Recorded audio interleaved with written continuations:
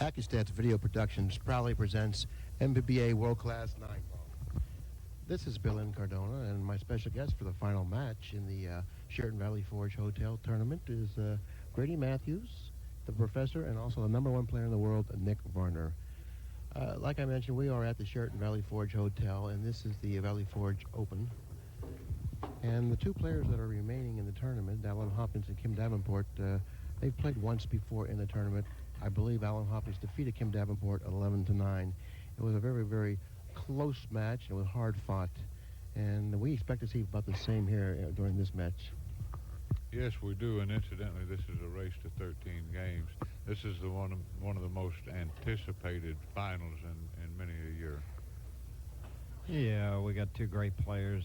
Kim has won a couple tournaments this year and has been finishing at the top, just like Joe just said. 15 out of 18 times he's been in the top 5, and Allen Hopkins, who's been a great player for a long time. So this should be a thrilling match, and it looks like Allen's won the leg, and he's broke the balls, and he's got a good shot on the 1 ball to start out this match.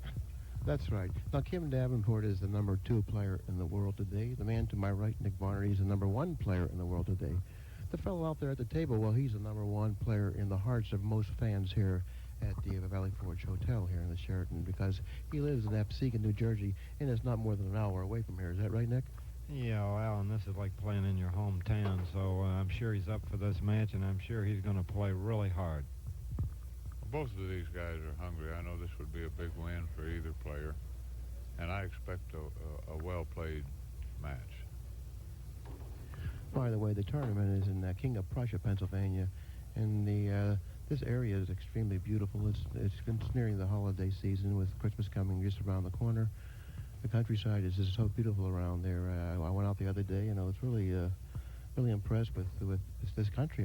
I used to live here in Pennsylvania, and I really do miss it. And the winters were so beautiful at that time. I moved out west, and I've forgotten what the winters are like in the east. Well, I could see it being beautiful. Right now it's bleak, desolate, gray, cold. I mean, I don't see it as being beautiful. There's no leaves on the tree. The rivers are iced up. Well, Grady, you have a way with the words, but this tournament, I'd like to mention the fact why Allen is going ahead and rolling this 7, 8, 9 ball in. I'd like to mention the fact that this tournament is drawn extremely well. They've had an amateur tournament along with this professional tournament, and they drew, I think, over 400 players, if I'm correct on that. And they've had an outstanding field for both the amateur and the professional tournament here. It's great to see it in such a nice facility, and this facility was big enough that it handled the crowds with ease. And I understand as Allen Hopkins prepares to take a 1-game-to-0 lead at the hotel, very happy with the outcome of this first effort, and plans are already underway for next year's tournament. Well, Allen Hopkins has made good with his first opportunity, taking a 1-0 lead in the match. It's very important for either person to jump out in front in the match, because usually the winner of the first match usually sets the tempo for a large portion of the match, or for that matter, maybe the entire match. Now, Kim said something of interest, Billy, to us just prior to this match. He wanted to get just 30% of 100% good rolls. He felt like he's taken the worst of it in a few finals this year, and he may well be right. Well, he certainly has played extremely well, and in the last finals he was the opponent of the man to my right, Nick Varner. He had taken an early 5-1 lead in that match. By the way, I believe that was the 13 also. Is that correct, Nick? Yeah, we played the 13. In the final score of that particular match, I believe, was Nick Varner 13 and Kim Davenport 6. Is that right, Nick? Yeah, I was able to come back in that match. Yeah, you won the next 13 out of 14 games. I would think that's how you might had call him coming back. up from under balls. I mean, you had him locked up so many times that I thought he was in permanent jail. Okay. Anyway, it looks like Allen's went for the cross corner on the 2, kind of a safety and a offensive shot at the same time. And Kim's first opportunity at the table, he's facing a decision here where he may have to play safe. He may play rail first here, Nick, and he could make the ball or possibly catch it a little thick. Well, he's looking to put him behind the 7. This is really a difficult shot. But the 2 ball should go back up to the other end of the table. It's sort of like a two-way shot behind the 7. The 2 ball goes up the other end of the table, leaving Allen distance. And ran into the 4 ball, and I believe it's hooked behind. He's hooked behind the 6. The 2 ball rolled behind the 6 here. Now, he can get behind this deuce, but if he tries that, he's got to be real careful not to get so far behind it that the cue ball just slides off into the corner. And if he doesn't get far enough, of course, the 2 will probably go roughly into the 6, and the cue ball will come out from the end rail, so he's got a tough shot here.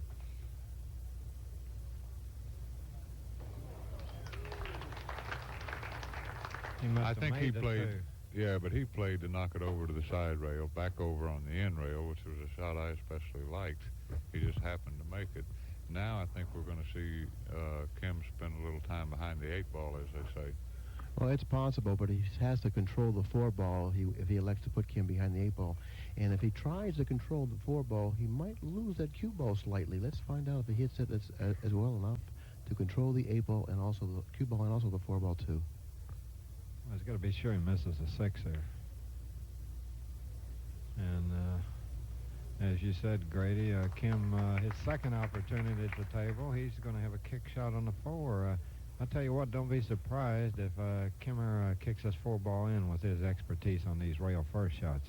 Well, this is kind of reminiscent of the first match they played. Allen Hopkins displayed excellent safety play in that first match. And again, he's stressing one of his stronger points. I don't blame him for playing that style of game. What a great hit. As I was saying, I wouldn't be surprised to see him make it, and he just missed it by a whisker. He certainly still a great did. shot. And now he has played a little fortunate. Shows you the advantage of kicking good and always hit the ball because something good may happen, because he's left Allen rail to rail on the 4, and the offensive possibilities here look rather limited. And if you look at the end result, he's better off not having pocketed the 4. Well, this might be a good opportunity right here to maybe you're leading 1-0 to take a little bit of a chance, maybe just slice that 4 in. I believe he's hit this ball. Well, it looks like the 4 did escape the side pocket, and now Kim Davenport is in trouble again. Had he elected to shoot Nick's shot, he would, in fact, have had a chance to even pocket the 9. Well, once again, Kim is probably going to roll up and roll him behind the 8, is my guess here on this safety play. It requires a real good touch, and he needs a little bounce on the 4. He got it. Good speed control. And he blocked off the portion of the rail that Allen needs to hit in back of the 4, so Allen's going to have to go 2 rails to hit this 4 ball now. Unless he mass saves it. I don't believe he can do this, though. Well, the nice thing is thinking about trying to curve it around there and hit that in rail, because then he even has the possibilities of maybe making the 9 if he can get in deep enough. But I think that he may have to go the 2 rail approach like what you're talking about, Billy. I think that he's definitely going to go the 2 rails, because he's asking a little too much to mass this ball around the 8 and expect to get a safety out of it. I think he needs well, to he's not going to be able to get any speed on the ball by curving it. He's going to be knocking the 4 right toward the 9, and I don't think he wants to do that. He did hit underneath it, but I don't think he got it quite like he wanted. Well, he hit the 4 ball successfully, and looks like he doesn't have Kim doesn't have too much of an offensive shot. I mean, he has a shot if he chooses to shoot it, or he can play a safety. Kim's not crazy about banking balls. He talks about that sometimes. Unlike some of the guys who possess special banking skills, Kim somewhat reluctant to pursue that route. Yeah, Kim prefers that slice. He likes to slice them balls. He can make some of the most beautiful cut shots you've ever seen, and although I look for him to bank this, he may just whack it in the corner. I look for him to bank it also, because the 9 ball is hanging, and if he doesn't play a real good safety, he could lose the game. And considering that, I guess he considered that, he chose to bank the ball, pocketing the 4 ball, cleaning the corner pocket, cue ball eventually going around the table, landing in about perfect line for the 5. That's about as smooth a stroke as you're I tell you ever what, likely to see. Talking about that stroke, I really like what he did there. He said, the heck with the safety, getting lucky on the safety. I'm taking my best shot. I'm going to whack this firm and play position on the 5. I'm not going to hit it off speed and try to get lucky. he really concentrated on just making the 5, and that gives you such a much better opportunity to pocket the 5. And the pros do that, Nick, don't they? If they have a shot and they say to themselves, well, I'm probably going to sell out if I don't make this, so I'm going to go ahead and hit it with a nice, crisp speed, therefore enabling me to hit it with confidence, and they do that. Yeah, one of the biggest mistakes you can make is to play half shot, half safety. Usually results in an error, and that's not what Kim Davenport did. He went solely for the shot, and he got paid off for it. Yeah, it was great execution and great thinking on his part. For game number 2, Kim Davenport and Allen Hopkins are knotted up at 1 game apiece. Now it's going to be an interesting, Grady and Billy, here to see. This is Kim's first opportunity of breaking the balls. I understand that he went 11 for 11 against Jeff Carter on the break. He just broke phenomenal. It'll be interesting to see how he opens up now in this final match with the break. It sure will. And I think also of interest, Allen mentioned to us in the post-game interview after defeating Kim earlier in the tournament about how impressed he was with Kim's kicking ability, and indeed that's one aspect of his game that has improved dramatically, and that could be the telling point in this match. Well, the only people who don't know Kim kicks good is the ones that haven't played him.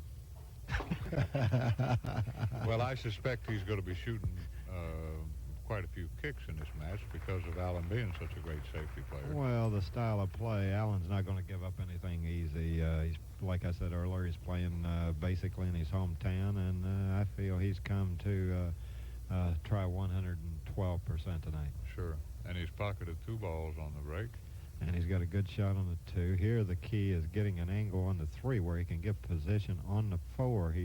He really wants to get over here where the 8 ball's at. He wants to be on that side of the 3, to the right of the 3, where he can slide to the left to get to the 4.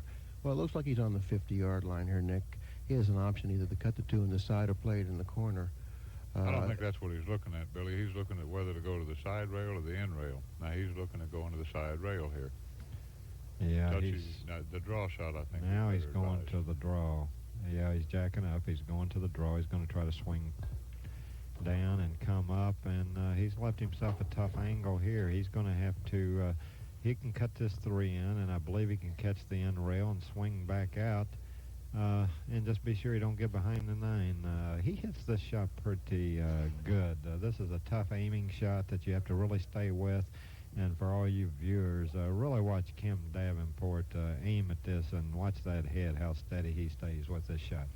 On this particular shot, this is quite a difficult shot, not only in the sense that he has to pocket the ball cleanly, but he has to control the cue ball. Speed of the cue ball is of the utmost importance on this particular shot. Billy, why don't you tell our viewers why Kim just stepped on a wet towel? Well, the surface here at the Sheridan Valley Forge is a hard, slick surface, and most of the players are having problems with the surface. They're sliding a lot, so they have a towel. Kim has a towel in front of him that's wet, either with some sort of cola or sugar water, or just maybe plain water, and it enables him to stand a little more solidly on the floor.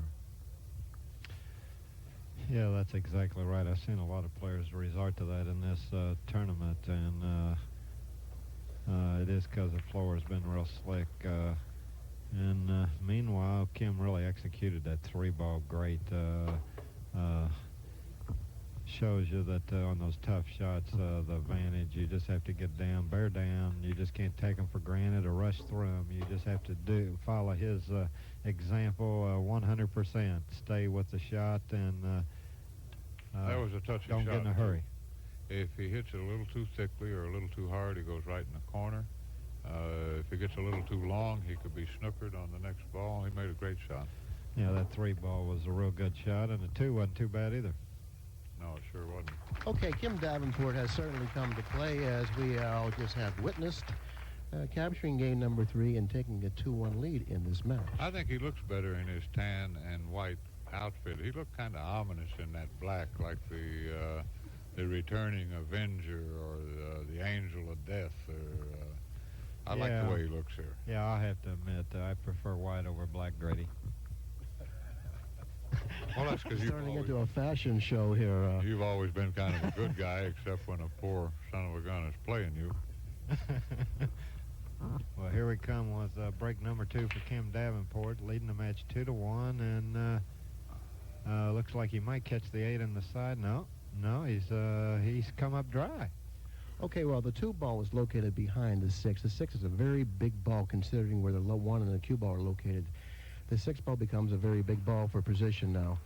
The 6 ball might be in the path of the 2 ball if he doesn't really watch himself. So therefore, to play position on the 2, he has to be very careful. Not meaning to cast any aspersions. I would have been greatly surprised, aghast as a matter of fact, had Kim made a ball 11 times on Allen Hopkins.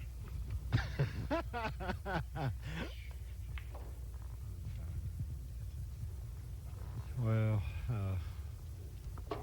I guess, Grady, it sounds like you give Allen a little respect for maybe his ability to throw them balls up on the spot.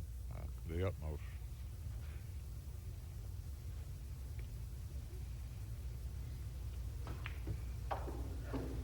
I like the way the guy plays, too.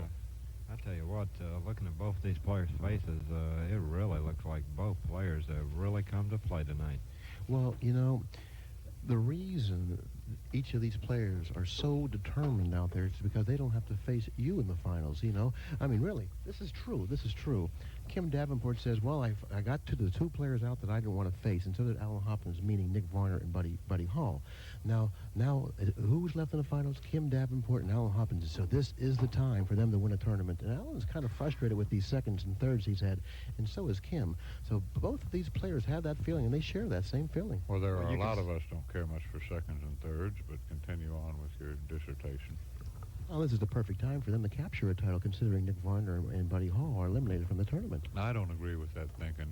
Honestly, if I come to a tournament and I happen to make the finals, I'd like to be playing the greatest player in the land. And if that makes me old-fashioned or silly, I can't help it. Well, that's very noble of you, Grady. And in case you do make a finals and we have an inferior player, maybe we can replace him with someone else. Oh, that would... don't you just love this guy? Every afternoon I put up with this. Well, I tell you the truth. And by the way, Grady, I didn't mean anything against that jacket that you're wearing tonight when I was talking about the black versus the white earlier. Well, Billy's already told me I had on an ugly tie. That was his opening comment of the day. Well, I'll tell you what, this match is proving to be as interesting as we thought it may be. After game number 4, the score is all knotted up, 2 games apiece. We're seeing errorless pool. And then we got into, he admitted his jacket was 12 years old, but he caught me. He remembered me wearing this at the start. I said, 1972. Well, I tell you what, with you 2 guys up here, I feel like we might be back up for the Rolling Stones. Thanks a lot, Nick. Now, here's Allen's new break from the side. He's really been excelling at this particular position. Okay, the 1 went in the side. He lost the cue ball a little bit. It went forward. But he's got a long straight in. He's got a pretty good shot here on the 2. It's long, but the 3's not far away, and he's got a possibility of running out here. This first shot, the 2, 3, and 4 are the keys of this match, and he gets to start right off with this nice long straight in on the 2. Is that good or bad? He gets to start off with this nice long shot.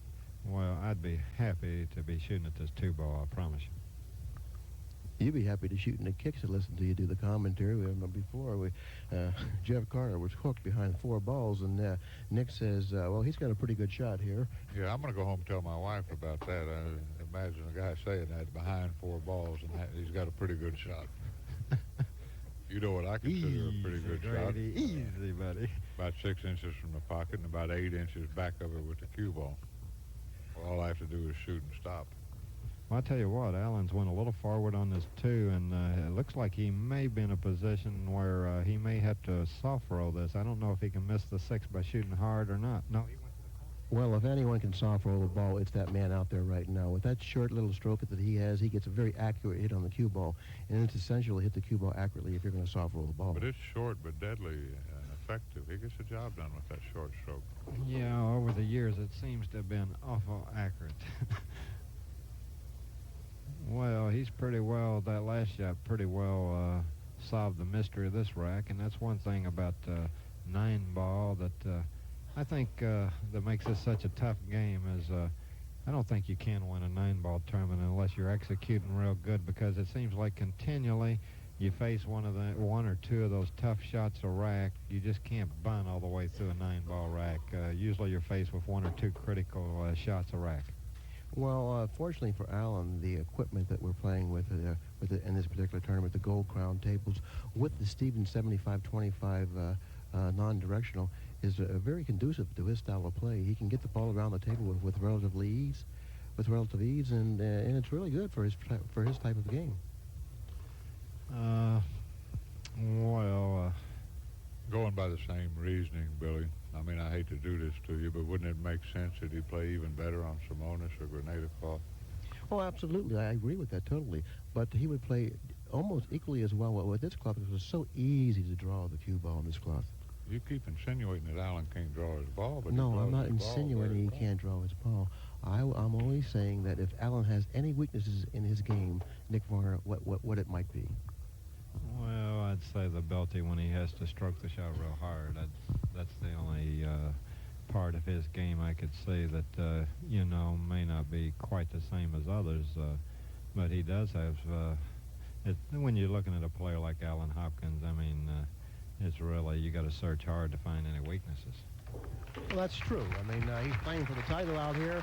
He's had many accomplishments in his career, but the way I look at it, his weaknesses, if he has any, is the stroke shot, drawing the cue ball back at a required distance if he has to. I mean, that seems to be his problem area.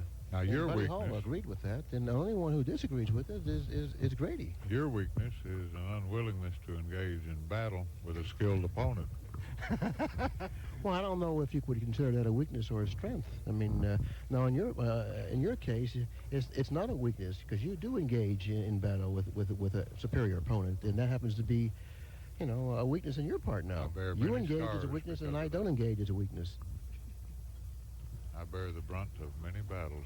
Okay, the match is Allen's ahead 3-2, 3 games to 2. He's getting ready to break the balls, and let's see if he can get position again. He broke them last time and got a shot on the next ball. Let's see if that one goes in the side again. He missed the side. He caught a corner ball, and he's on the end rail again. And Well, the cue ball keeps going forward. If you've noticed that, the last time he had broken the balls, the cue ball went forward. This time he broke the balls, the cue ball went forward. He's not Why is trying that to do happening, Grady? Because obviously he's hitting it a little above center. Well, this time he has a relatively long shot on the one ball with a little more difficulty in getting position on the next ball, which is the 3. And plus the one ball's a more difficult shot than the 2 was the last rack. This is a much tougher shot to start with, the 1. And he hit it on the professional side, no question about that. If you're going to miss that ball, that's the side of the pocket you want to miss it on. Now, this is what he'd like to do to Kim. He'd like to disrupt his momentum, fluster him, give him little or nothing to shoot at. Now, Kim here, he might be well advised to bank this one into the 4. I don't think he's got a choice. I think he has to do that, Grady, because I don't see anything that a safety can result in but disaster here. I think he has to hope he makes the 4 here, and I think he will make the 4.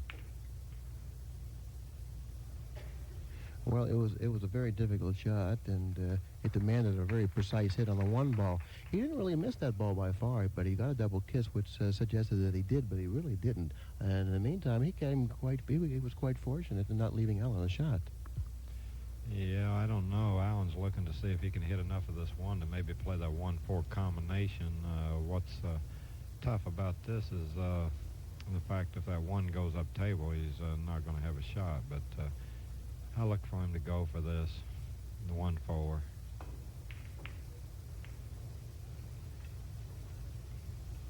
Okay, now, Kim Davenport, I mentioned earlier to Grady and I that he wishes that for once he would get the rolls going his way. He says, every time I play in the finals, the rolls seem to go 30-70 the other way. And it looks like he was the recipient of a good roll the last time he was at the table. He double kissed on the one ball, and he left Allen a very difficult shot. Let's see if he can take advantage of it I now. don't think he feels, you know what I think he feels like, because I feel the same way. I don't want to get better rolls than my opponent, and I don't think Kim does either. He'd be tickled to death to have him go 50-50 and may the best man win, and I think a lot of the pros feel that way, which may be why it's so shameful that we play the rules and format that we do.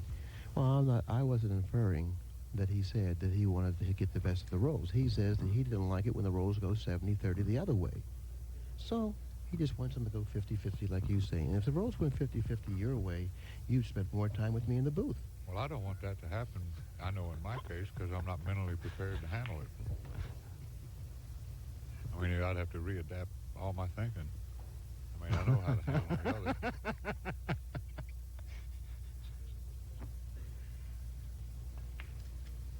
Well, meanwhile, Kim, he's got a good opportunity here, and basically here he needs to get up maybe around the sides. And he's got a good angle on the 6, and then just bounce off the end rail or stick there and come one rail down the table for the 9. Yeah, I just like him to stick there and just drag the cue ball short of the side pocket and then, play the 9 ball in the left-hand corner pocket. Tell you what, both these two players at this point in the match, I can't pick a favorite because both of them look like they're playing hard. They both seem like they're focused, strong, their concentration. I can't pick anybody that's got an edge. Oh, I can't pick anybody that's got an edge at this point in time. Like that. That looked pretty natural to me. Yeah, that was a You good raised shot. a good point. Now Kim has gotten a pretty good roll this game. He double-kissed the bank that he tried, shooting the 1 into the 4, and left Allen really not much of a shot. Now, That's true. The score could easily have been 4-2 Hopkins instead of 3 apiece. So, in fact, I got to tell you, Nick, I walked in on Billy one day, and he had this chalkboard up, and he's got BR and GR. Now, under GR, he's got like 3 marks, and under BR, he's got like 400 marks. And the BRs was bad rolls, the GR was good rolls. So, yeah, how sick you Well, that's instead of you just use your mind to keep them stats in, and then after your match is over, then you share it with everyone. You tell everyone how many BRs you got during the match. Well, I don't do that very often anymore. Well, if I was Kim, I would certainly try to put a little more power into the break. Or I'm not going to say it. It's up to you guys to say it. Well, I know that. Nick, let's be charitable. Let me say this real quickly. Let's say that maybe the balls could have rolled off after the rack was taken off or something, and maybe a guy ought to check them. Yeah, that's very possible. And then sometimes maybe it's a good idea toward the finals, maybe for the tournament director, maybe to rack the balls, No, that's a good point. They should have a referee for this finals, shouldn't they? A good, honest guy, maybe like Kim and I did Rabbit that or in Joe Norfolk. Veazey. We let Joe Kerr rack the balls. I tell you what, it's pretty aggravating to have to rack the balls, number one. I'd just soon have somebody else rack them. well, let's talk about the situation that Kim Davenport's in right here. Okay, Allen Hopkins pushed out in this particular problem here. He pushed out to this position. Now, Kim Davenport is confronted with a decision. From what I can see, he can barely hit the end of the 1 ball. And if, in fact, that's all he can hit, I'd pass the shot. How about you? Yeah, if Kim passed it, chances are it is pretty tough because he's got eyes like an eagle on these thin hits. Evidently what Allen's going to try to do is, I don't know how much he can hit, but he's going to try to roll it up along that rail, I guess. No, he could hit enough to double bank it. And again, he's made a pretty high percentage. Okay, well, Allen has made a very good shot. If, in fact, that was available for Kim, which obviously it was, I'm surprised Kim didn't do that. But in the meantime, Allen displayed excellent speed on the 1 ball. Yeah, he sure has. The 1's blocked by the 2 that's in front of it, and Kim tried to roll the ball down, and he's left down a combination on this 1 and 2, and it looks like in this rack, it looks like the real key is going to be when he starts making that 5 and comes up table for the 6. He's got a small area. If he comes all the way down, he might stop in the middle, but I would look for him to try to get underneath the 8. And also controlling the 1 here is a problem. Well, he Yeah, thought I it'd guess come he off had a an- little sharper than that. I did too, although I couldn't see it as well as Well, there was no guarantee, It all depended on how accurately he hit the 2 with the 1. And just a quarter of an inch or eighth of an inch one way or the other would send that 1 ball in an entirely different direction. Yeah, I didn't realize he had a tough angle to play position on the 1. I thought he could just roll forward and leave the 1 in front of that hole, but he had to turn that one loose, and it hasn't come out real good. No, I was going to say he has to be careful he doesn't scratch on this shot. Oh, he made a nice shot there. Well, he played the billiard on the 4, great shot, and he got good position this time on the 1. He was playing the 1 to miss his corner and go 2 rails, a backup table. He wants to get below the 3 here. He wants to get below the 3 here so he can play position on the 5, so he can go to the long rail and back down table on the 6. I like him going on the short side of the 6 here. It looks like the easiest way to me. Yeah, I like him exactly like Billy said. Go down table where he can come off that rail and hit the second rail and then slip right down to the end rail. Right, that way he don't have to compete with the 9 down there. If he goes to the short side, he might have to contend with the 9. The other way, I think he has more options. Yeah, his area, he's got more table over here. Now, this is the angle. I like him going 1 rail right behind the 8 and then underneath the 8, going 2 rails to the bottom rail. Well, he's absolutely perfect. I like his angle here because the 5's going to be rolling in slowly, and the cue ball is going to be just moving right up toward the area off. When he hits that second rail, it'll drift right down to the around the counters, maybe a little right of him.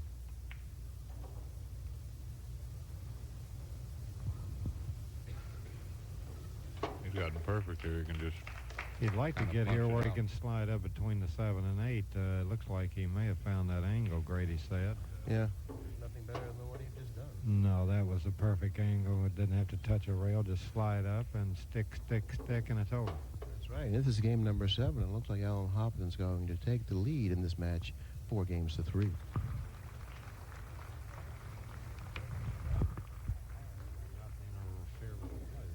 Well, we've been watching some pretty good pool out here this evening in the final match.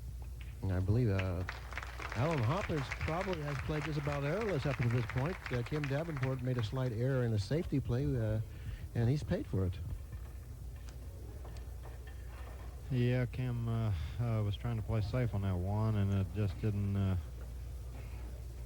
work out, and Allen capitalized on the game, and now Allen's going to get a break. Now, what's funny about this match, or not funny, but of special interest in this match so far is Kim is usually the one that you look with that big break, and the last 2 times he's come up dry, and Allen's been the one making the balls.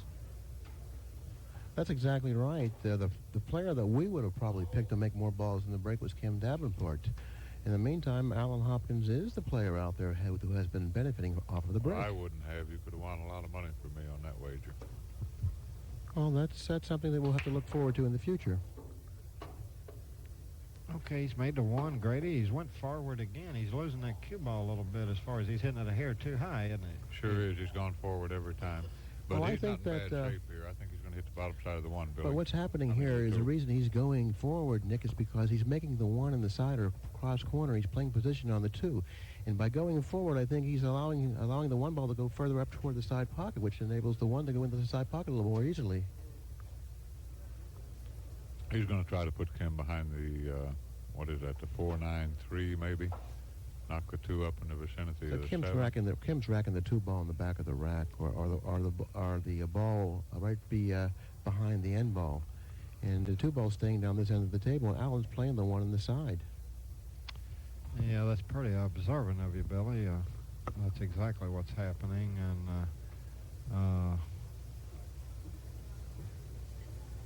I can't tell what he's trying here. He could hit enough of it to bank it. He's made the bank and come out with good position on the 3, and looks like what ball is that above the 9? Is That's that the 6 4, ball? and I don't think it goes. Oh, it's the 4? Well, he may have to break that out right here. He wants to hit the 4 if he can on the top side, or split maybe the 9 and 4 so it comes above, and it's worked out real good because he's ended up with a combination. I know he don't mind this at all. On the 4-9, he can get a short rack here. Well, in case the viewers don't know what a short rack is, let's let Grady Mathews explain that to them. That is one in which it is not necessary to go to the last ball on the table, the 9 ball, the yellow and white one. Okay, that is the end of game number 8, and Allen Hopkins now leads by 2 games at 5-3. That's what old-time hustlers used to do. You may not be aware of this. They'd play a guy and say, would you care to play some $9 ball? And the guy'd say, yeah. So they'd make sure the guy made the 1 ball, and they'd pay him $1. They'd let the guy make the 2, they'd pay him $2. And the guy'd make a mistake, and they'd run out. And they'd get Let's see, Allen, he's been just making this one on the side at will. Let's see what happens this time if he can make it again, because if he keeps making this one on the side, Kim's in big trouble.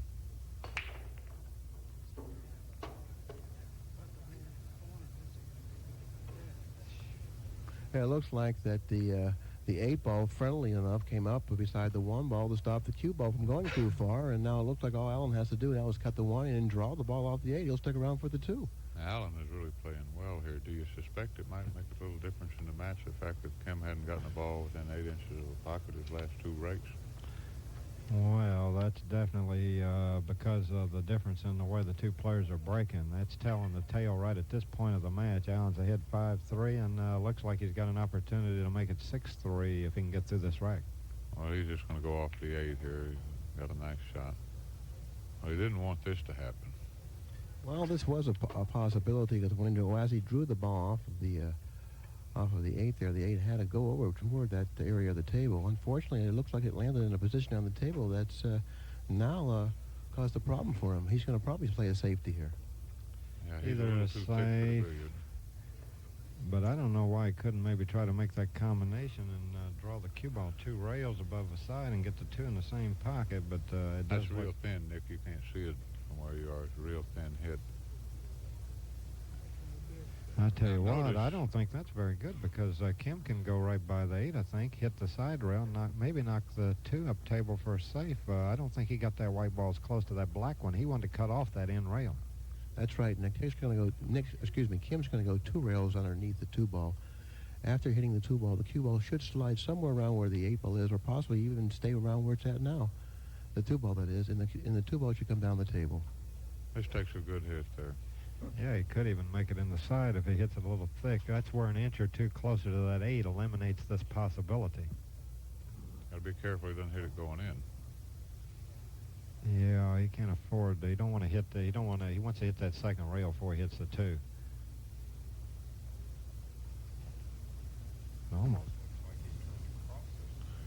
Well, we really can't tell the angle that he has, because we're a good 20 yards from the position of the cue ball right now. But the 2 ball's close enough to the pocket that I think he's concerned about hitting the point.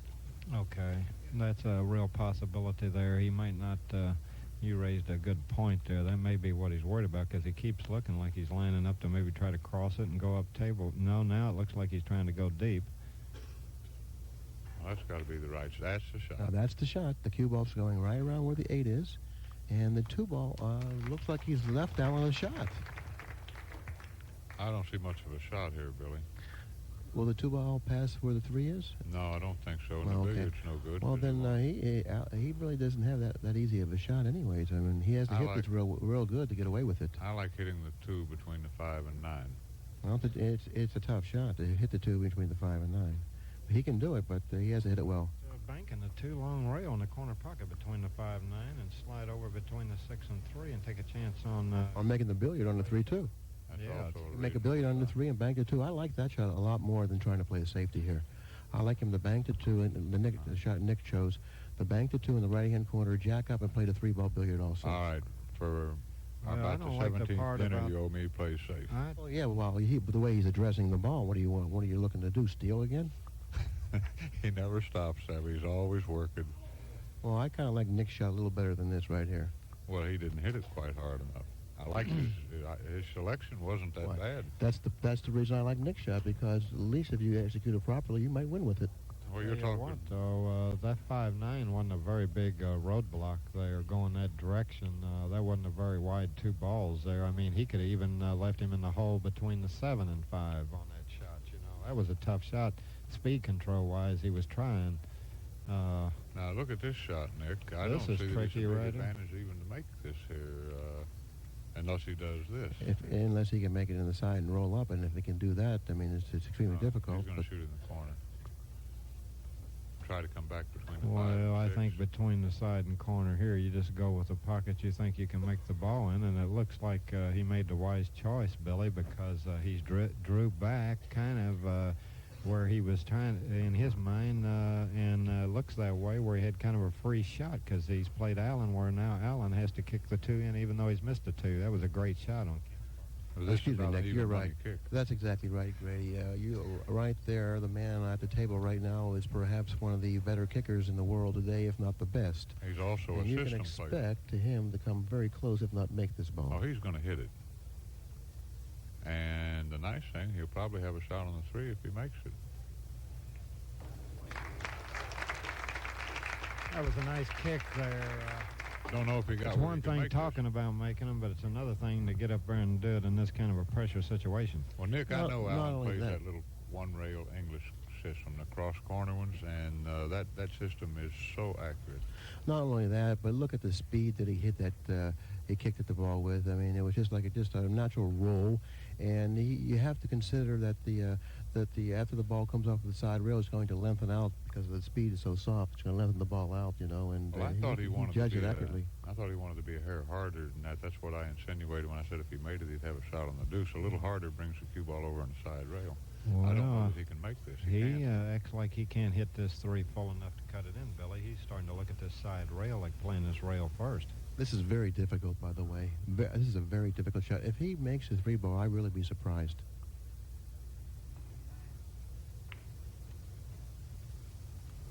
He hit it on what you call the pro side, and he's snookered Kim behind the 5. And I look for Kim maybe to go airborne here on the 3.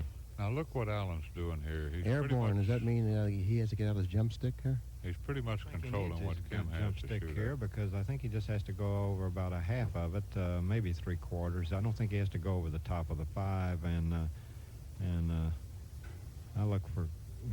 He was looking at the jump shot, but now I don't know. He's probably trying to just zero in on the aim. He's going to use his regular cue, apparently. Yeah, For I think he's got accuracy. enough distance. I don't think he needs a jump cue here. And well, he didn't clear the 5. I'm a little surprised. Well, he must have had a bigger ball to jump over than you thought. What I meant by that is if he only had to jump over half the ball, naturally the ball's not as big. If he has to jump over the entire ball. Well, it looked like he had to go over about 3/4 of it because he did cut the 5 to the left, but he did have to go over the center of that top of it. So, and he just didn't quite clear. But I got fooled a little bit there. I thought he could clear with his cue. Now let's go back and look at that safety that Allen played on the 2 ball. Looking back at it, the way he left Kim, even if he let the 2 leak out, which he did, it would have been very difficult for Kim to get on the 3. And in fact, it started a process that's probably going to win him this game and give him a 6-3 lead.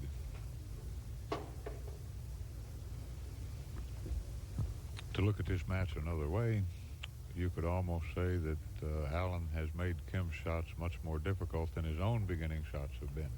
And certainly that's good enough when you add to the fact that you're running out real well to win matches.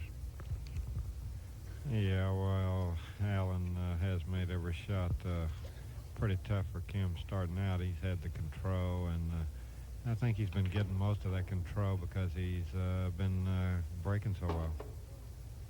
Now, another thing, when a player sits in the chair and he gets up and all he ever looks at for a few shots in a row is a snooker. He's got to kick at things, and a funny position of the balls. All of a sudden he gets a medium hard shot that is a hard rascal to pocket. Yeah.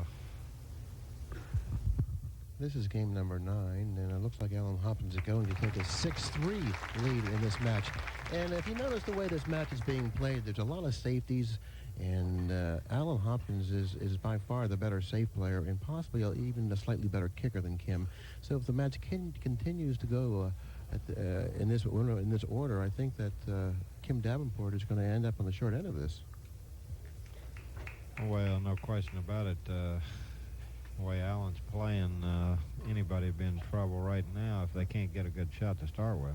Well, I don't see how Kim's going to beat Allen. Allen has stifled him on the break. Allen's running out every time he has a shot, and he's not giving Kim much to shoot at. Very difficult to win against those conditions. And that's exactly right. He's enabled himself to get the first shot due to his perfect safety play, and as far as running the balls after he gets a shot, he's certainly shown us that he can do that also. Well, he's been doing that all Except tournament you're long. overlooking one thing, Kim's extreme determination and hard play under pressure. You know, I'm not ready to write him off yet. No, we're not writing Kim off, but it just seems like he's beating Kim to the shot. He's beating Kim to the shot consistently. Yeah, all right. Here's another example of it too. He's broke. He's made I think 3 balls this time, not 3 balls. He's got a good shot on the 1, and looks like he can even swing around the 6 and come down for the 3. That's his most natural line. I don't think he'll fool around with inside English. Makes it too hard to make. Plus, it can lengthen out pretty easily. And he doesn't really have to worry about scratching 2 rails in the corner pocket because the 7's there to avoid that from happening. No, 7's not completely blocking the scratch. Well, even if he hits a 6, well, he came between the side and the corner, swinging around, and just another perfect shot. That's exactly right. It was another perfect shot, and it didn't have to turn out that way. But for Allen right now, it did, and things are going right for him at this particular juncture of the match. Well, Allen has played about as close to flawless as you can play so far in this match. He's getting the first opportunity, and he has really taken advantage of it.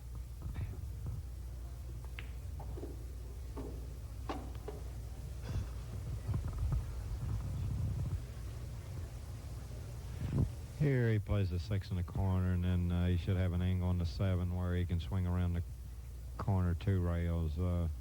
Just an ideal situation to be in. Bounce off this first rail and then go 2 rails on the next shot. And it looks like he's going to pull into the lead 7-3, and that's a pretty big gap. Kim's really got his work cut out from here.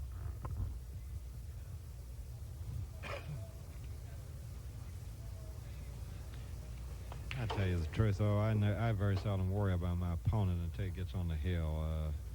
Tell you the truth, until they get that 10th game, I don't think 3 or 4 games means all that much. Tell you the whole truth. Well, I guess not. You've thought all year long that if you were 3 or 4 games down, you were the favorite. And by the same token, anybody that feels that way and also thinks they've got a good shot when they're behind 4 balls, as, you know, snookered handily behind 4 balls. You didn't hear that yesterday, Sammy, did you? Telling us he's got a good shot, the guy's behind 4 balls. They weren't solid balls. No, he was only like 3/4 snooker and had to make a 2-rail kick. Well, this break right here is the part Kim's got to be most concerned about because he has to catch a turnover on this break sooner or later to get in this match, and I know he's hoping it's going to be this break right here, but let's watch and see if Allen, he made 3 last time. Let's see what he's going to do this time.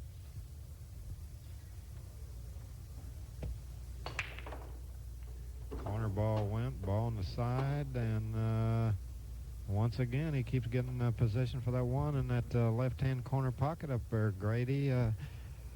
Well, it looks like the only shot he has available right now would be to possibly pocket the 1 ball and slide in between the 4-7 here. Nick, is that right? That looks like what he's got to me here, Billy, is just go between the 4-7. I believe he can catch the side rail and get a good angle on the 3 on top of it, it looks like to me. I know one thing, I'd like to be shooting here. If he hits something, it may not be so good, but I look for him to probably split the needle right between the middle of those 2 balls. Favoring the 4 side, naturally. If he hits the 4, he still goes up table. And now the whole key of this match is coming up, 3 to the 4, and you think he's going to draw deep underneath the 5, or you think he's going to maybe go forward and try to come down table on the left side of the 7? I like him following this ball and come down the table on the left-hand side of the 7. I think you're both wrong. I think he's going to go on the right side of the 4. 1 rail. No, you were correct. I stand corrected. Okay, now if he's straight in here, he might have a little problem. Because I think well, he may have a problem because if he's got an angle, he may be coming into that 7, and if he has to draw close to that 6, he could get jacked up. Something funny could happen on this 4 if he comes back. I think he's just going to go ahead and draw it back maybe another 10 inches or so where the cue ball is now, a little further than that, unless he's trying to force an angle, which he tried to do, but he didn't do it as well as he wanted to. Now he's confronted with a problem here. He has an extremely difficult shot in either banking it or cutting it. So what do you expect him to do from here? He's got a multitude of choices here, and some pretty good ones. Matter of fact, one that comes into mind, he could go 2 or 3 rails behind the 6, or he can go for the bank on the 5, the offensive type shot. Or he could knock the 5 above and try to leave him above the sides and leave him a combination on the 5-6. I think he's got 3 valid choices here that I see. There's a couple more too. He's got a lot of ways to go here. He could cut at this ball too if he wanted to.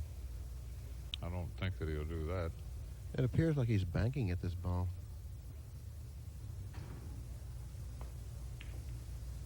Well, that's the cue ball.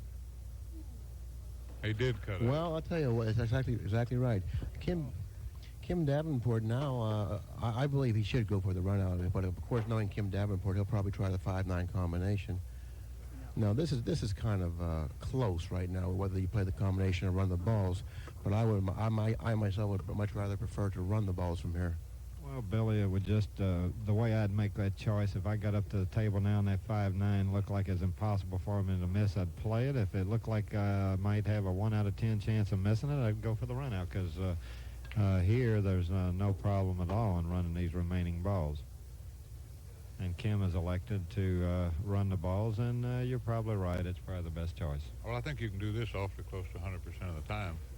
The combination you'll miss once in a while. Yeah, you both are probably right. I'm sure he picked the best way here, because and that's a big game for Kimmer. 7-4. It could have been 8-3. That's exactly right, Nick. That's exactly what Kim needed. He needed an easy opportunity at the table, trailing 7-3. That's what he needed. That's what he got. He won the game. He's only trailing 7-4 now. He's breaking the balls. What he must do is control the cue ball off of the break, make sure he doesn't foul on the break. But he has to pocket a ball, and he hasn't been able to do that yet. Yeah, I believe I'd come down here, as Grady says, to be sure something don't roll off, and look at him before I hit this break. And I also would consider changing my location on the break if I didn't pocket a ball on this here's break. what he's done, Billy. Look what he's done. He's gotten where Allen has. Well, I think that's pretty smart. I would have to try to break him from where Allen has, because Allen doesn't seem to be hitting them all that hard, just square. Just like that. And all of a sudden, we might find a real close contest here, considering of how effective he was on that break. But he's gotten rough here. He's got to hit the 6. No, he can avoid the 6 there. He can avoid the 6. And well, now I'm fully 4 may convinced be that the your bigger blindness problem. has reached an all-time high. The 4 may be a bigger problem missing here. I don't think Kim minds shooting at the 2, but what he does mind is all this transportation problem down here. If he can miss all these balls, but I tell you what, I think he's got a serious problem missing the 6 and the 4. Well, there's no question about it. The 6 and the 4, they are definitely hazards and obstacles in his way to get to the 3. But if he's looking now. Oh, for heaven's sake, let's I call think them opportunities. What are opportunities? They're opportunities. You have something to go around, something to brighten your day. Well, I think that Allen is brightening his day all that he needs right now. I think he's looking more for opportunities. Looks like he's banking this ball to me. Oh, he played a safety. I tell you what, I think that was a great shot. I think he made the best choice, and it shows me that he's really into this match, because I know he wanted to shoot at that 2, because it had to look like an easy shot to him, but what really made him make the choice was the fact that there was no reward at the end of that rainbow. No, he didn't have any reasonable route to the 3 ball. And obviously the 6 and the 4 were in the way. He recognized that and chose the wise shot, played safe off the 2. Can Allen hit the 2 directly here? Yes, he can, but he's got a problem, too. If he shoots at it, there's the looming scratch off of the 3 ball. How much of the 2 can he see? Can he see enough to bank it? Well, He looked like he's spinning it a little bit, maybe. he may be playing a safety here, the same type of shot that Kim did. Maybe knock the 2 down, maybe around the 6, 8, 9, and go 2 cushions behind the 3. That was a pretty good shot he shot. That was... That's exactly right. He executed it just about as well as you could.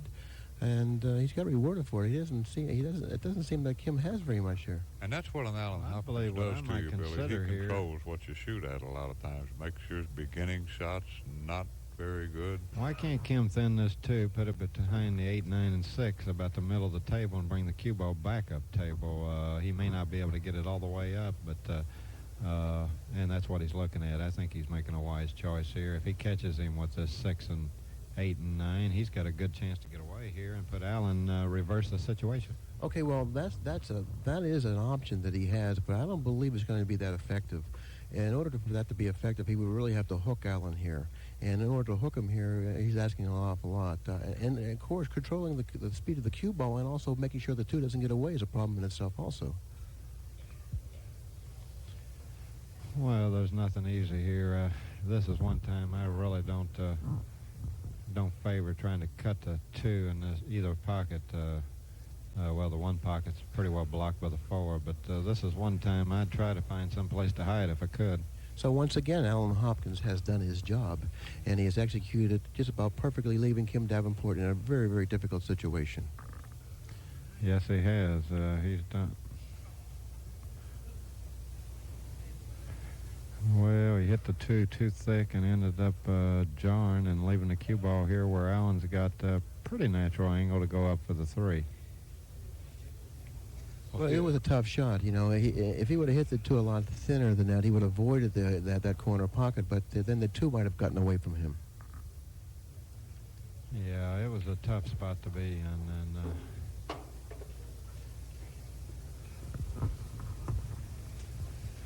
and it looks like Allen's got the opportunity to go ahead and move the match up to 8 and 4. I don't see any real mystery here. Given the lie of the 4 ball, if Kim had overcut the deuce, just make sure he didn't scratch, get it down the table, and the relative position of the 9 ball, it would have been tough for him to leave a real good shot on the 2, even if he had overcut it considerably.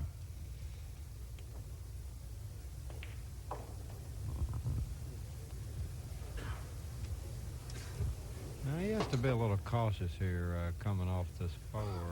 I don't see any, big danger or anything, but he wanted to be sure that he don't let this cue ball get away from him coming off this rail. I think he'll go all the way to the other side of the 6. Yeah, well, he actually wanted to get a little straighter in on the 4 than he's gotten. And he'll probably just hit the rail first and go around the 6. But it doesn't look like he's doing that. It looks like he's drawing it straight back. That's what Nick's talking about, though. If you hit that a little badly, you could have problems. That's exactly right.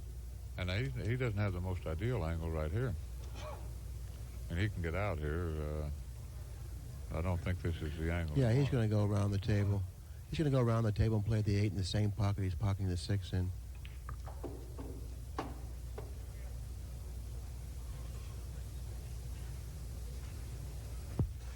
Well, here on the 8, he just cuts it in, and he's got to be sure he stays up high on the 9 and try to get straight in for the same pocket he's going to play the 8 in.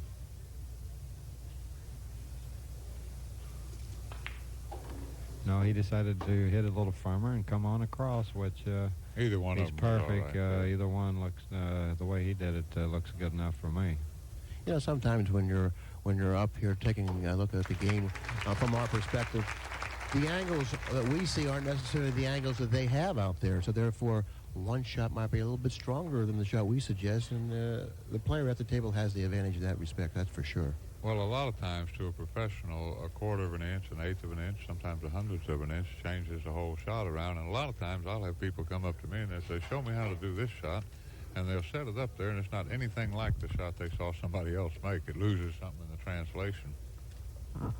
That's something like stories. Stories lose a little bit in the translation also.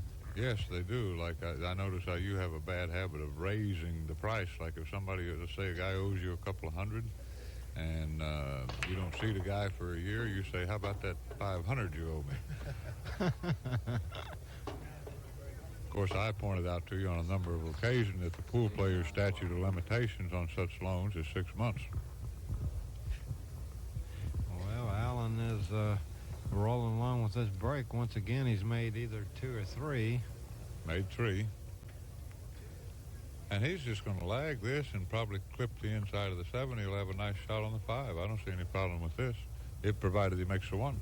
Well, he obviously sees some type of a problem with it because he's really studying it very carefully.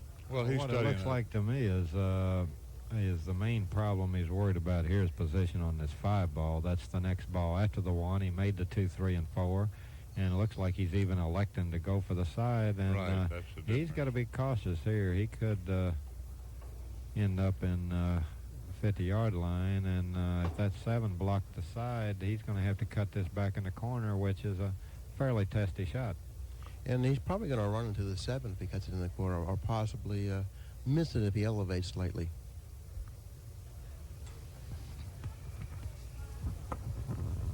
And knowing Allen Hopkins, he really doesn't like to run into the ball, so you can expect to see him elevate it slightly. If he cuts us in the corner, it looks like he's going to run into the 7. Wouldn't you think, Nick?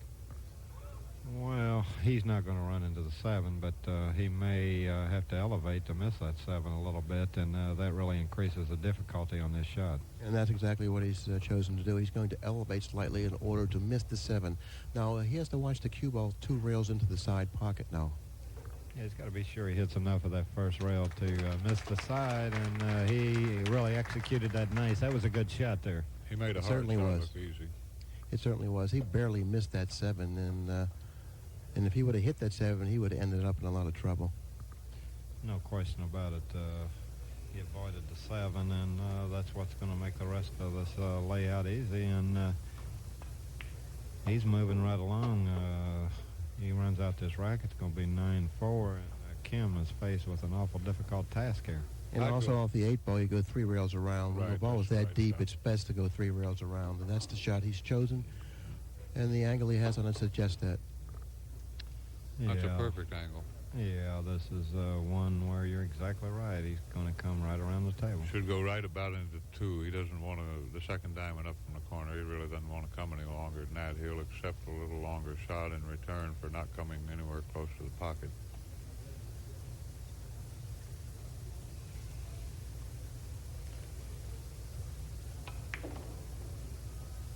And here it comes, bouncing off the 4th rail, and he's got a nice, he'd like to maybe been a little deeper, but he's off the rail where he can bridge nice, and I know he's happy with this position. Well, if he continues to break the way he's breaking, run the balls the way he's running the balls off the table, and playing safe the way he's playing safe, I don't expect him to get beat in this particular match. And it's the same old story, Billy. Well, I isn't forgot it? we're going to 13. This match is a long way from over. I was thinking 9-4 going to 11. That's a substantial lead, but 13, that gives Kim, that's where Kim's advantage right now. Well, The if guy- anything is at Kim's advantage, it's the fact that it is extended to 13 opposed to 11, but the way things are going, Kim certainly has his work cut out for him. And the guy that breaks the balls best usually wins matches and tournaments, and that's really what we've seen here tonight. Yeah, And Allen, of course, he's running out real well too. And playing safeties real well too. And if you reviewed this match, you'll see that he's played just about as flawless of a match as one can possibly play.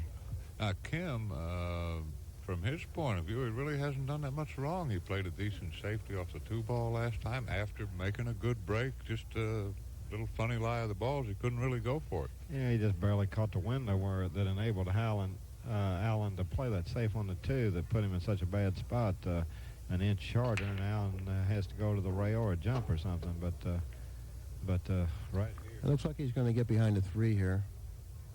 All right. And also the 2 came up, and Kim needed something of this well, sort. Kim needs a lot more than this. But of course, this is always nice to start out with. It's the beginning of something positive for Kim Davenport. Chance at least Kim's going to come to the table and make a choice of whether or not he wants to shoot this push out coming up. I don't see him having a good kick here, Nick. The line, I don't see any kind of, he's going to have to push out, I believe. Yeah, where do you think he's going to push to, Grady? Well, I only see one place, this far, or this near left-hand corner. I don't see any other place he could put it. And if he did that, were I Kim, I would take it and play to put him behind a 3 ball. That's what I would do with this. You knock it down about into the 9 ball and play to put it behind a 3. You see anything better? Well, he has to control the 1 ball in doing so, okay? And will the cue ball go into the 2 here first? No, not if he goes through to 1. Nice high ball. If it goes through the 1 might go into the 6. No, he's not going to go anywhere near the 6. He wants to knock it right down alongside the 7 and 9, like so. It could have been a little harder. His line was perfect.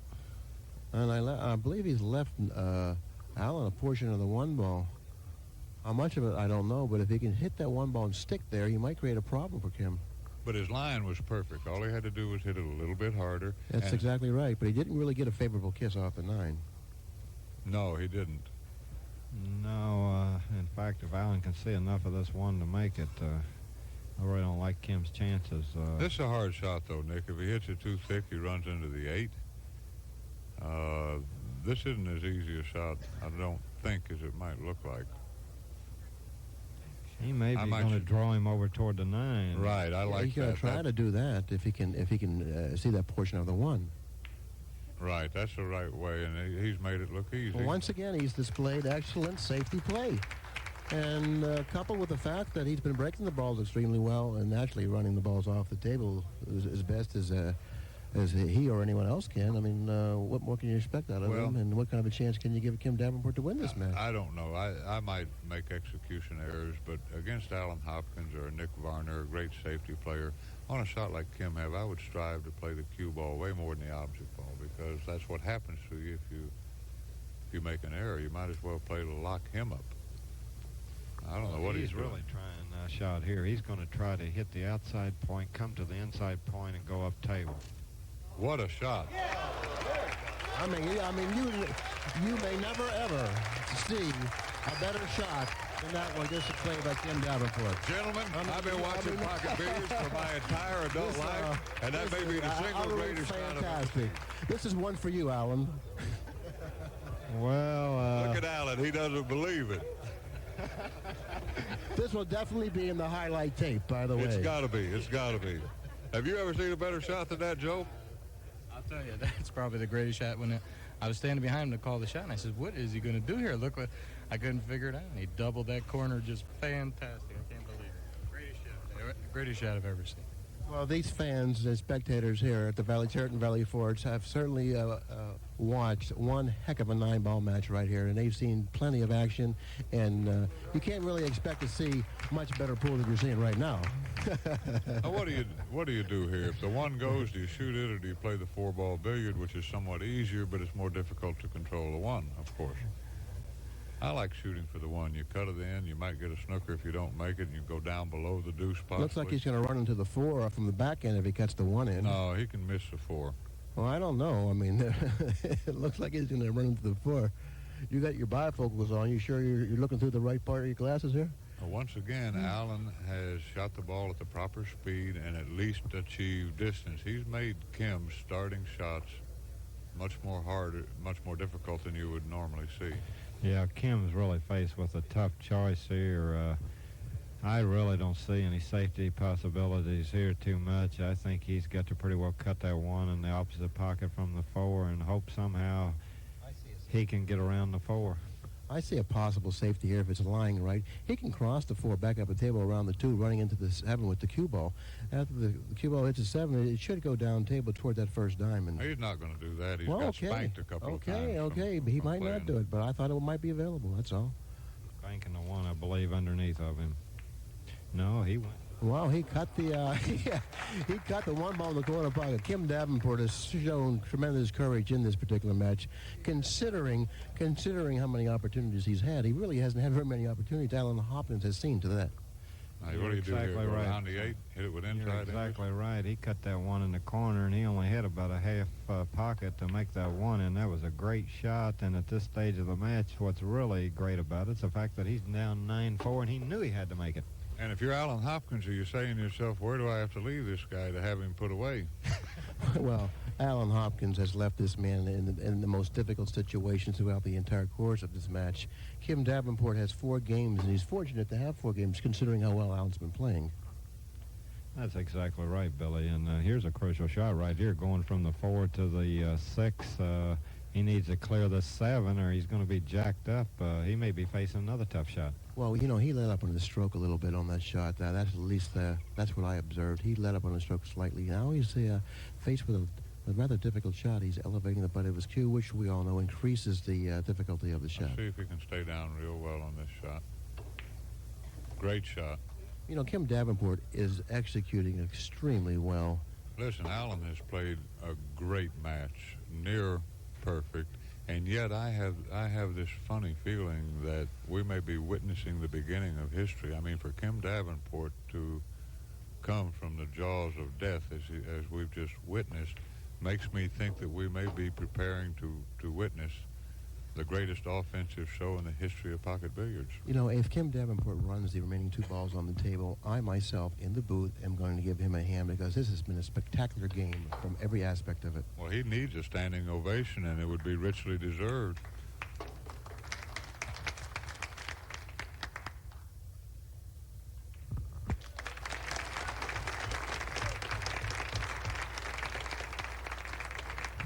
You know that blooper shot where they show the guy falling all over himself on the skis and some of the knockout punches they show on TV and everything? Right. Here's a shot. They could show that forever. I'd never get tired of seeing it. Right. But first of all, you have to be knowledgeable enough to appreciate the difficulty of the shot. Billy, And, even the raw layman could see the merit in that type of shot. I mean, even you, who like to bury your opponents, can appreciate the escape from interment. Oh, this is really fantastic. Kim Davenport's pocketed 2 balls on the brick. He's going to get possibly a shot if the 8 moves out of the way. It looks like it may have. Nick, has it? Yes, it has, Billy. It's moved out of the way, and Kim can pocket that 2 in that right corner, come up the table 1 rail, and then if he wants to be sure he gets down far enough for the 3 because of where the 5's at. He don't want to end up too high on this 3 ball. He wants to go on past the side a foot or so anyway. It's very important for him to get past that point because obtaining position on the 5 ball would be much more simple if he would get down further on the table toward 3.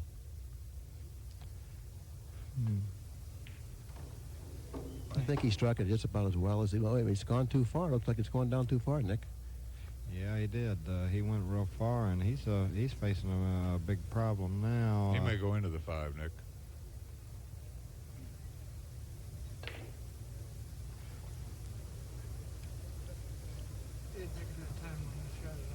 Well, what he did was he made up his mind immediately that he was going to the offense. And you're right, Sammy. He didn't really take as much time as he should have on that particular shot. And he can ill afford to blunder like this considering how well Allen's playing.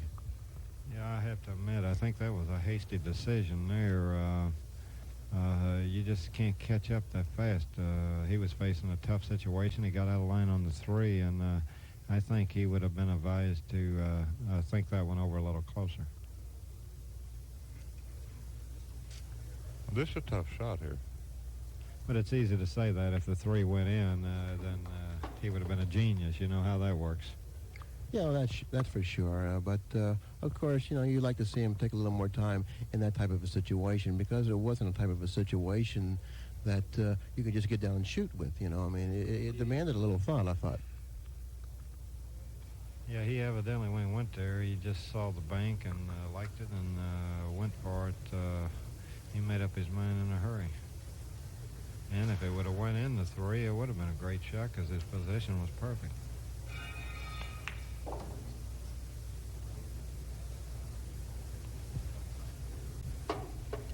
I was going to ask the question to Nick or Grady if the 6 passed the 7, but obviously it's been answered.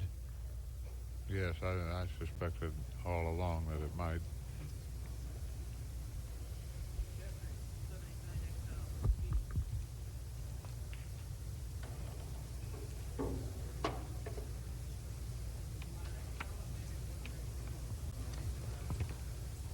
Well, I think he's going to go back and play this in the side, probably.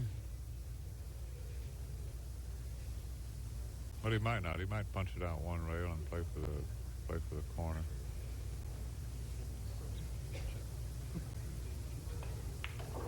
I believe that was the correct shot.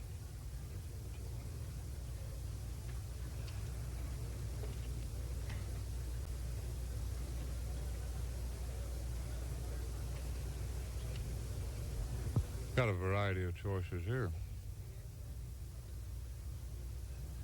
I think he's going to hit it with inside English and go to 2 cushion. Well, yeah, he's gone to 2 cushion. That's a safe way of playing it. But, of course, he's gotten a little close to his work in selecting that type of a position play. But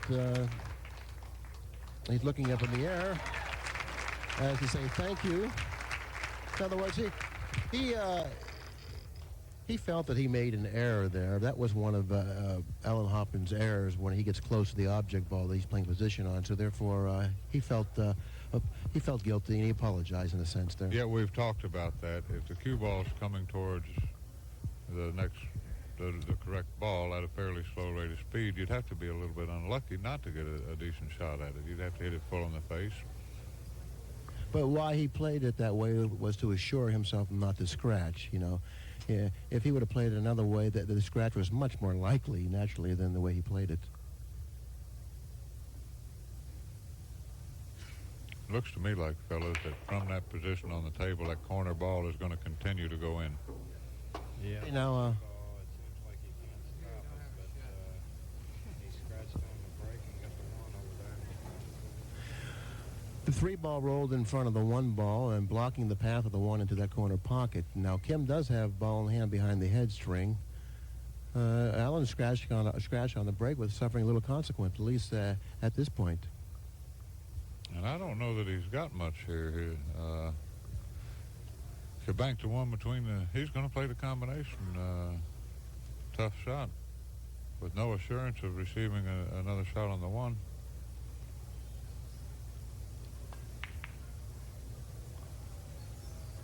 Well, I'm not quite sure if he played the combination. Do you think he played the combination, Nick? I mean, it's possible that he did, but it's possible that he may have played the safety also.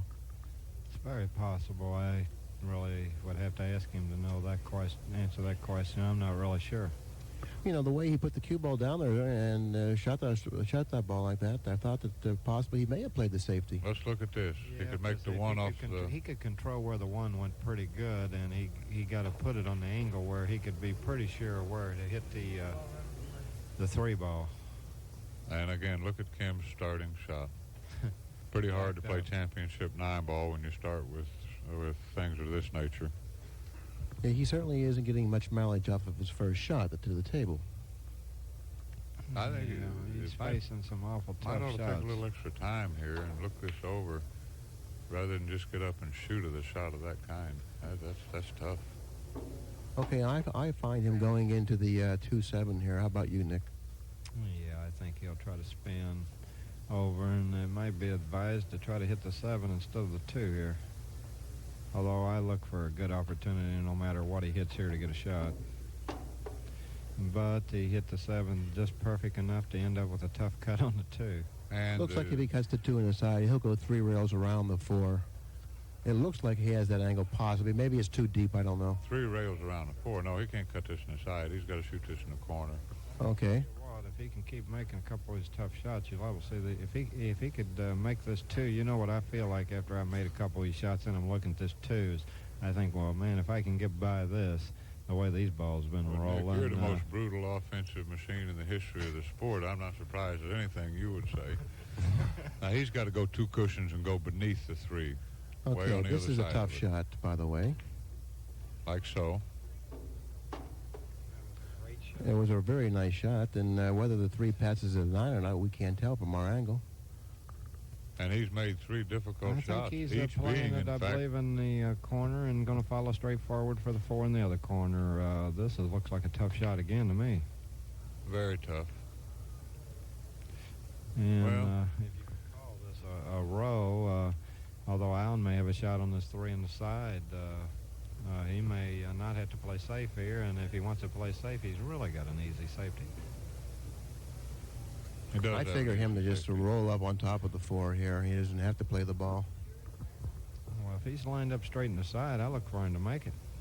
Well, he's either shooting at it or playing at the hit just there was a shot, just past the side. You're right, Billy. He elected to go for the safe. I wouldn't have got to if I had to cut that 3, but if I was straight in on it, I would have went for it. Well, again, he figured that he could execute the safety 100% of the time, that type of shot, as opposed to shooting a Well, tough if Kim shot. hits this ball good, you know, he can get not only make the ball, but he can get position also. And he can maybe play safe, too.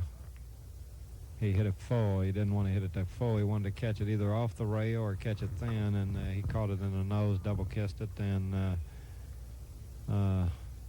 I don't know if that's 7, if it goes or not. If it don't go, that means Allen's going to have to come underneath that 7, so he may have a little work cut out for him with this run out.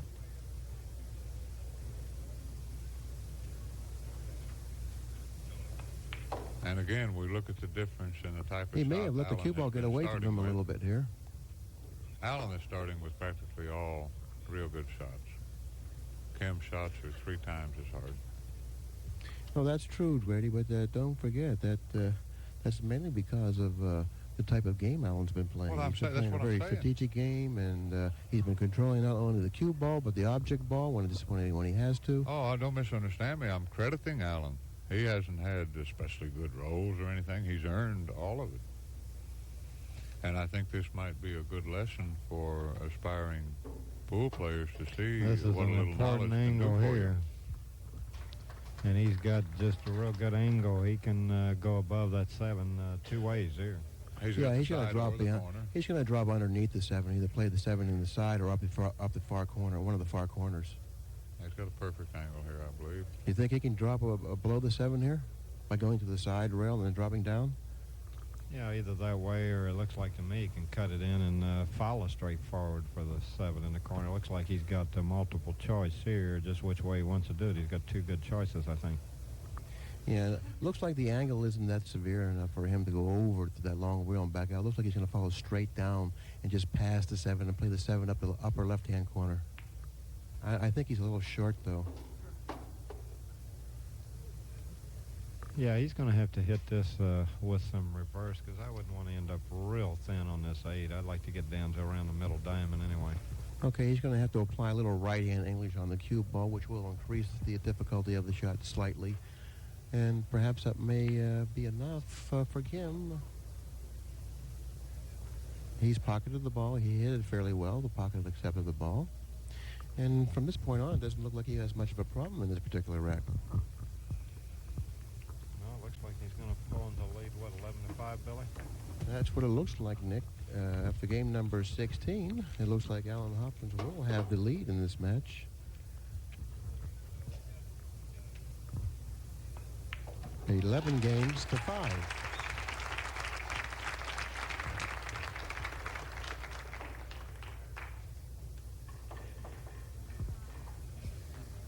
It's starting to get a little frustrating for Kim Davenport. Every time he gets into a final match, he's up against someone who plays errorless pool. And the last time he was in the finals, he was up against you, Nick, in the I believe it was the Memphis tournament, on the U.S. Open.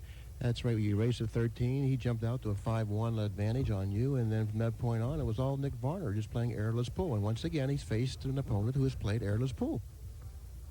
Allen really has. Allen's really been playing great tonight.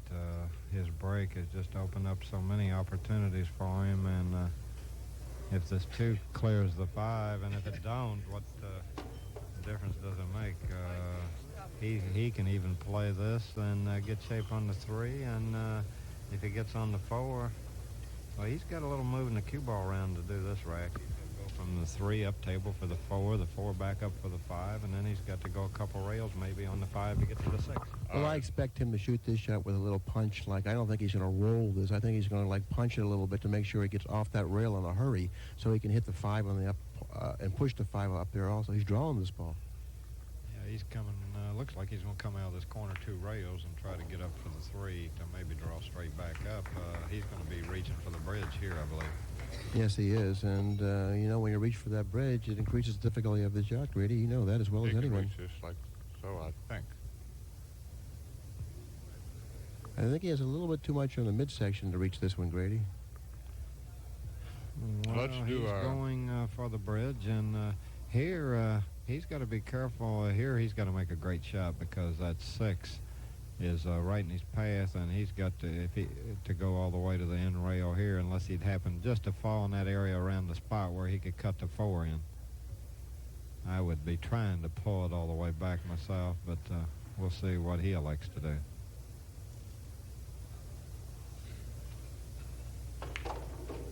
He's trying to come all the way back up on this other side, and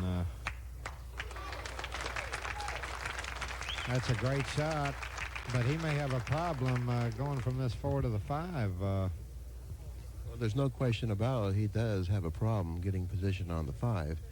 I mean, from the angle that I see, he's going to have to hit this 4 ball with such a speed that it's going to be a problem for him to control the cue ball. He may go Yeah, if inside he the can't hit 5. this with low English, he's going to have trouble killing it, but maybe he can hit it with low and try to come, he may even try to go underneath this ball, the 5.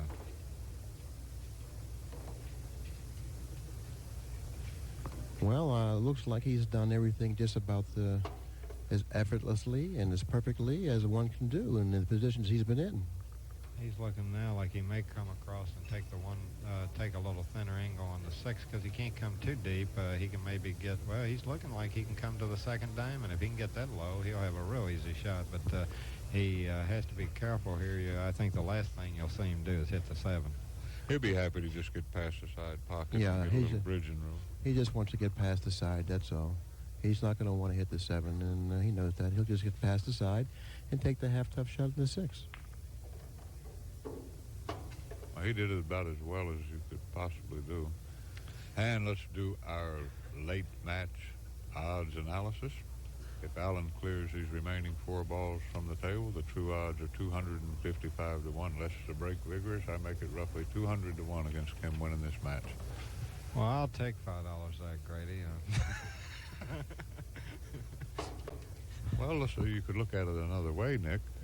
I would venture to say that in a finals, when you need 8 games and the opposition needs 1, you'd be very fortunate to win 2 of those in your lifetime against talented competition. Well, 1 would be good, 2 would be great, and I don't know. My odds are pretty much on the money.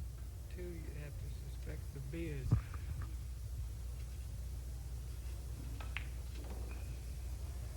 Yeah, it's, but I tell you what, the way this table's breaking, if Kim can get to the table with a good shot and run 4 or 5 racks, you might really see the change in the complexion of this match. Well, you are certainly an optimist, Nick Varner, and I really can't fault you for it. You're the #1 player in the world, and you have to really think that way to maintain that status.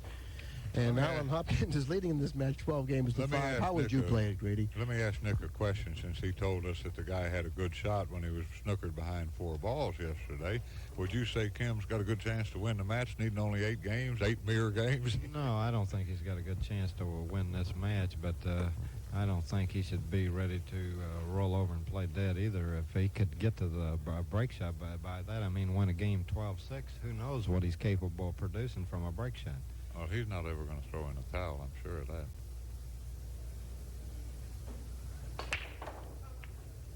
But what is real tough is Getting back to the table. breaking. That's been his biggest problem this whole match is he hasn't been getting to the table enough. I don't remember a ball that Allen's missed in this match. He may have missed maybe 1 or 2 balls. I don't remember what they were, if there were any. Well, it's been a long time ago anyway, but I look for him here to bank this 1 and go up and try to get a short rack here with the 2-9, either the combination or a billiard. I look for him to go ahead and try to close the door here.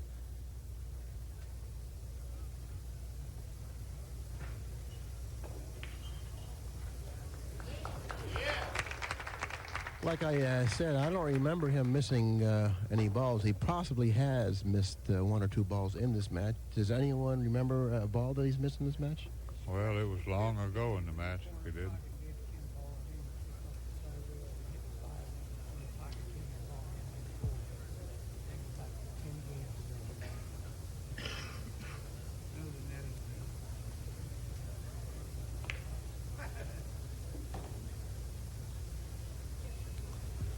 And I suppose another way of phrasing this whole situation, gentlemen, might be that if you want to see 9-ball played the way it ought to be played, this is a perfect match. It certainly is. And as far as Kim Davenport is concerned, at least my heart goes out to him. He has been the victim of his opponent playing perfect pool several times this year. And he's starting to develop some sort of a complex of not being able to win a tournament and finishing second. But listen, he's played a great pool here. In the meantime, he ran up against a guy that just hasn't made any errors. Yeah, that's certainly the case of this match. It really hasn't. This match had much to do with Kim shooting. It's pretty well been all Allen all the way. He's played as good as you can possibly play, and the score shows it. And He's working hard on trying to close the door. He's got one problem left, making this getting position on this 5, and if he solves that one, this match is over. He might be able to play in the side if it doesn't go in the corner, but he's looking at it like it goes in the corner. I think is he drawing over here underneath of it and get it in the side? I don't know what he was trying to do there, but he all of a sudden has a major problem. Why did he have to wait until he was on the hill to extend this match? You know, this is what you want to make it suspenseful now. I mean, he's played absolutely perfectly up to this point, and all of a sudden, when we all expect him to get out, he's going to do something wrong. Well, he's not done yet. He can still cut this in the side. You know, that's true. I mean, he's playing it in the corner. I don't believe he can make this in the corner, Nick. Yeah. I believe he can. He's certainly on the right side of the ball to make it in the corner. Well, that's what he's looking at. Yeah, he's going to go for the corner here, and I tell you what, at first I thought they wouldn't go in the corners. Why I thought he was in such a problem, but the way he's been playing, I say he's a big favorite to make this 5.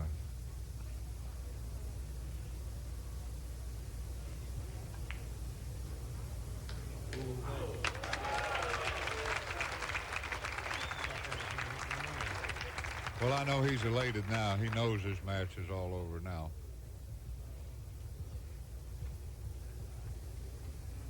All he has to do is not miss cue here, and he can lay claim to this prestigious title.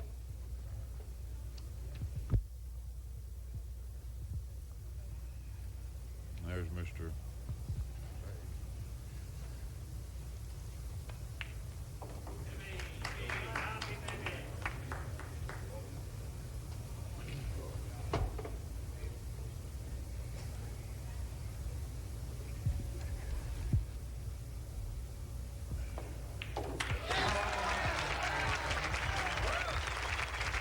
I'll let the crowd speak for itself what happened here.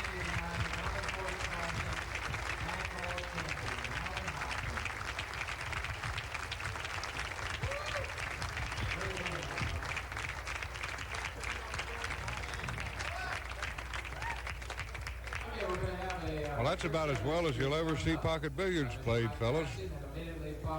Well, that's for sure. Allen Hopkins defeated Kim Davenport 13 games to 5. I don't see very many things Kim did wrong. All I know is every part of the game, safety play, kicking, the break, ball running, Allen Hopkins played just about as perfect as you could play the game.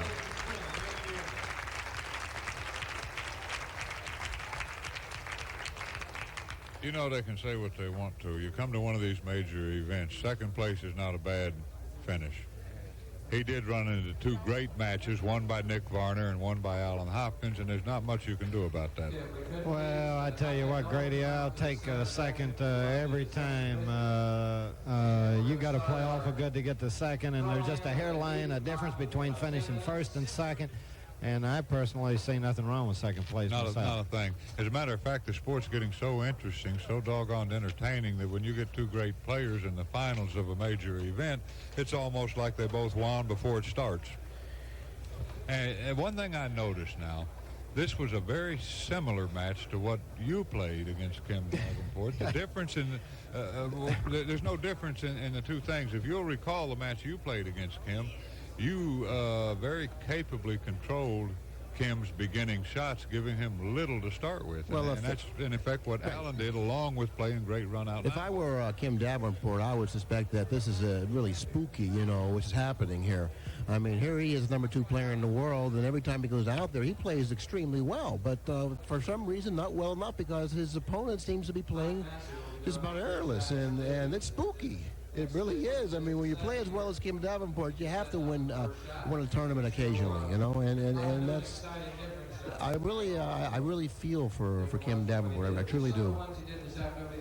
Well, he has won 2 major events this year, honor circuit, and he's been playing great pool, and I don't think I would feel spooked if I was him. I know he's disappointed naturally that he didn't win, but he's played a great tournament. He's had a great year, and he's a great player. That's exactly right, Nick. Go ahead, Wonder if we Grady. might get Allen up here for a few comments. Well, I hope that he would come up here, but, you know, he's just won the tournament. He's elated. I mean, they make do the presentation now and give him the trophy. I mean, he has a lot of friends in the area here that want to congratulate him. I would like for him to come up, but I don't know if he'll be able to make his way up at this time.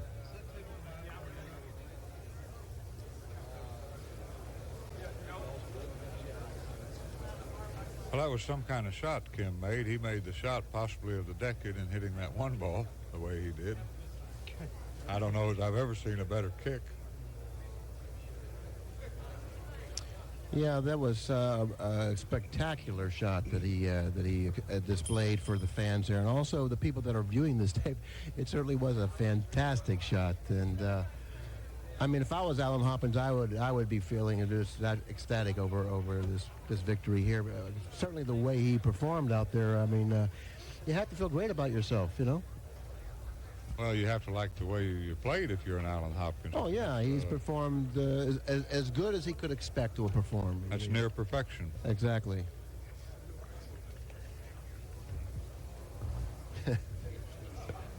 Well, Allen, unbeknownst to a lot of people, once shot a perfect 1,000, and not only that, he added a little extra spice to the whole thing. His opponent pocketed 0 balls, and the guy was a pretty good player.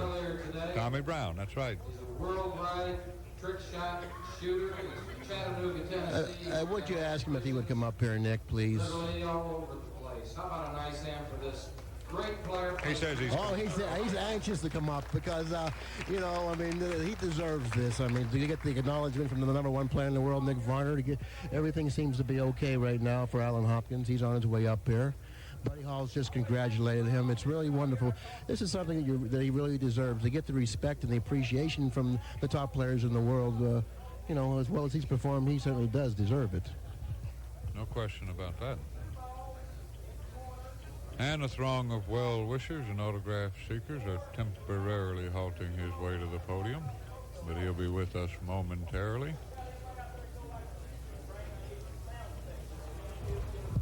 Not that there's a whole lot left to add to this interesting chapter in pocket billiards history. And here he comes right now. Okay, Allen Hopkins is just about in the booth right now, and he's finally made his way in. The #1 player in the world just congratulated him on his performance. Allen, first of all, naturally, all of us want to congratulate you on this perfect performance out there. I mean, you broke perfect. You kicked perfect. Your safeties were perfect. Your ball running was perfect. You're just a perfect player. Well, I tell you what, he made the greatest hit I ever seen. I've never seen him great. hit that good before. That was fantastic. Yeah, it certainly was. I didn't think he could hit the ball, honest to God. Well, no one did except whoever. I don't know. I mean, the only way he could hit it was actually the way he played it, and who even thought that existed. Well, like I told you yesterday, I want to win real bad, you know. When you want to win bad enough, you know, you can play. You got to play hard, you know. Well, especially living around this area from Absecon, New Jersey, you're only about an hour away from here, and you have a lot of supporters out there, you know. And but you said that the two guys that you wanted to see out of the finals were out, and Nick Varner and Buddy Hall. But I don't think it would have made much of a difference who was in the finals the way you performed out there, you know. I mean, unless someone else would have beat you to the shot, which I don't see how they could have. No, I played perfect. You broke perfect. You kicked perfect. You played safeties perfect. And when you had an opportunity to run the balls, no problem. Well, I felt real good, and everything broke my way, too, you know, when the balls broke and stuff. Today, earlier, when I broke the balls, I never had a chance with Carter. They always broke kind of funny, you know what I mean? But Yeah, tonight, they broke kind of nice, you know. Yeah, well, you played Carter on table number, I believe it was number 6, and the balls seemed they didn't seem to break as good on 6 as they did on 5. But nevertheless, I mean, we're not taking anything away from your performance out there. It was you played great, and I would just like to feel right now the way you feel. I'll feel better in about another half hour. Grady, you have anything to add to this? Yeah, I would think if I were an Allen Hopkins, I'd go away tonight feeling like I was the best 9-ball player in the world, especially for this event. That's a great feeling. Well, thanks, Grady. Thanks a lot. That's a nice compliment. Well, I'd just like to congratulate you on playing such a great final match and winning the tournament, Allen. It's a very nice Christmas present, and like to say Merry Christmas and Happy Holidays to you and the rest of the viewers. Same to you. Yes, sir, Alan. Congratulations. Thanks, Billy. Thanks, Grady. Thanks. What a Okay, gracious, I hope your speed drops about the 5 for the next tournament. What a gracious champion he is, Billy. He played the best here, and he deserved to win. Well, there's no question about that, Grady. I mean, he knocked off Kim Davenport and Buddy Hall. He didn't have an opportunity to knock off Nick Varner because he was already knocked off. I'm sorry about that, Nick, but And he that's what certainly happened. didn't have an opportunity to knock off Bill Incardona because he failed to enter. Well, in case I would have entered and he gotten in his way, he might have been a little sorry for it. But fortunately for Alan, that didn't happen. And Grady, it's been a pleasure. Nick, I can't tell you how much we appreciate your involvement here in the booth, and certainly the fans out there and the viewers appreciate you sharing all your insight and knowledge with them.